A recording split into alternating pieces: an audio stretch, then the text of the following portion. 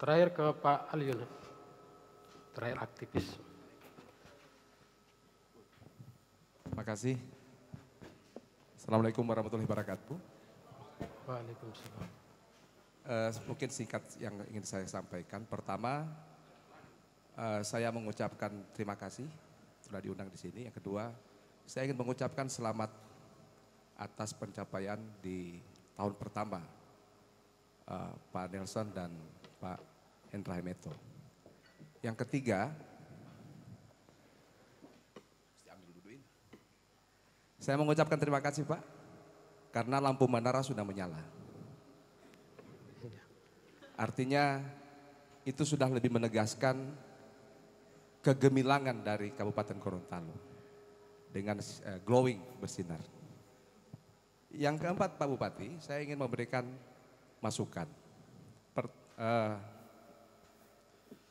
Kabupaten Gorontalo adalah induk dari beberapa daerah yang sudah terbentuk. Dari Kabupaten Gorontalo lahir Kabupaten Pohuwato, Bone Bolango, kemudian Kabupaten Gorontalo Utara. Seiring waktu jumlah wilayah Kabupaten Gorontalo itu menyusut. Saat ini Kabupaten Gorontalo tinggal memiliki 15% dari total wilayah Provinsi Gorontalo. Tetapi di satu sisi Kabupaten Gorontalo adalah kabupaten atau wilayah yang memiliki populasi penduduk tertinggi di di Provinsi Gorontalo. Saya ingin mengatakan bahwa terkait dengan fertilitas penduduk kita, mungkin kita bisa melihat hari ini Kabupaten Gorontalo dengan populasi terbanyak juga memiliki fertilitas penduduk paling tinggi. Di zamannya sebelumnya, saya mungkin lebih suka membandingkan supaya kita bisa melihat pertumbuhannya seperti apa. Kalau kita coba bandingkan di eranya, di rejim pemerintahannya Pak almarhum David Bobihu, fertilitas atau laju pertumbuhan penduduk Kabupaten Gorontalo itu hanya naik sebesar 10.041 jiwa. Di eranya Pak Nelson di periode pertama itu naik sebesar 20.251 jiwa. Nah, fertilitas penduduk yang tinggi ini kemudian sangat mempengaruhi indeks pembangunan manusia di Kabupaten Gorontalo. Mungkin yang lain saya tidak akan bahas. Saya lebih fokus kepada indeks pembangunan manusia. Karena indeks pembangunan manusia atau IPM ini adalah ibarat kalau kita sekolah, itu adalah raport. Raport untuk mengukur sejauh mana pemerintah membuat kebijakan-kebijakan yang pro kepada misalnya masalah akseptabilitas pendidikan. Kemudian peningkatan pendapatan ekonomi masyarakat. Yang ketiga akseptabilitas terhadap fasilitas kesehatan. Kalau kita lihat data tahun 2021, indeks pembangunan Kabupaten Gorontalo itu berada di posisi ketiga, sebesar 67,34%. Artinya dia di bawah dari Kabupaten Bone Bolango. Kabupaten Bone Bolango adalah wilayah yang dibentuk dari Kabupaten Gorontalo. Kemudian berdasarkan IPM itu kita melihat kalau kita bandingkan lagi IPM di era pemerintahannya Pak almarhum David Bobihu itu IPM-nya itu rata-rata bertumbuh sebesar 0,72 poin. Sementara di masa pemerintahan Pak Prof periode sebelumnya itu hanya bertumbuh sebesar 0,62 poin. Artinya apa?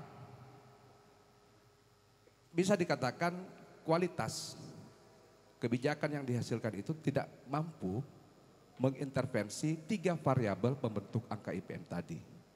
Sehingga dapat terpotret lewat angka rata-rata pertumbuhan IPM di era Pak David almarhum dengan Pak Nelson.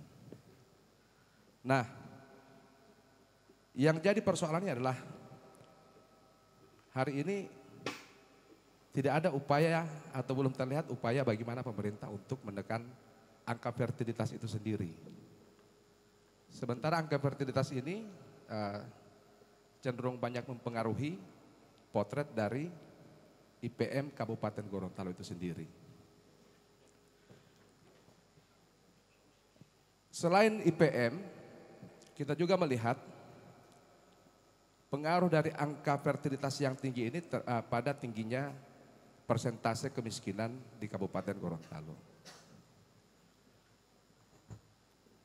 Persentase penduduk miskin di Kabupaten Gorontalo juga bisa dikatakan tertinggi ketiga setelah Bualemo. Bualemo ini adalah hasil pemekaran dari Kabupaten Gorontalo. Kemudian juga Pohuwato, hasil pemekaran dari Kabupaten Bualemo. Nah, harusnya menurut analogi saya, ketika terjadi pemekaran wilayah, maka terjadi juga distribusi masalah. Artinya masalah di Kabupaten Gorontalo itu berkurang. Terbagi ke Kabupaten Bonebulango, terbagi ke Kabupaten Pohuwato, dan terbagi kepada Kabupaten Gorontalo Utara. Tetapi hari ini kita melihat sesuatu fakta data yang agak mencengangkan juga. Ternyata berkurangnya problem tidak mengangkat misalnya pertumbuhan IPM Kabupaten Gorontalo maupun besaran persentase penduduk miskin di di Kabupaten Gorontalo.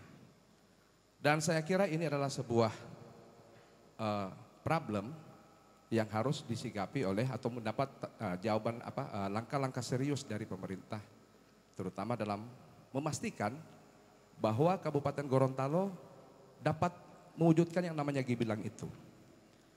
Mohon maaf Pak Prof, saya mengakui data-data yang disampaikan tadi dipaparkan, tetapi saya mencoba untuk melihatnya dari perspektif yang lain. Mungkin agak ironis ketika kita mau menyajikan sebuah data kemudian tidak mengkomparasikannya. Oke, katakanlah tadi dikatakan pertumbuhan ekonomi kita mengalami pertumbuhan yang baik. Tetapi pembandingnya apa? Apakah kita, kalau istilah orang lain, jangan sampai kita beronani. Gitu. Kalau kita misalnya mau memacu sebuah kemajuan, maka itu akan dapat kita lihat dari apple to apple, misalnya membandingkan antara kata gemilang tadi itu. Kalau kita merujuk kepada kata gemilang berarti kita harusnya berada di peringkat yang di atas. Dan saya yakin Pak Prof dapat mewujudkan itu setelah melakukan yang namanya transformasi yang disampaikan tadi. Saya kira ini Pak Hadi, terima kasih. Assalamualaikum warahmatullahi wabarakatuh.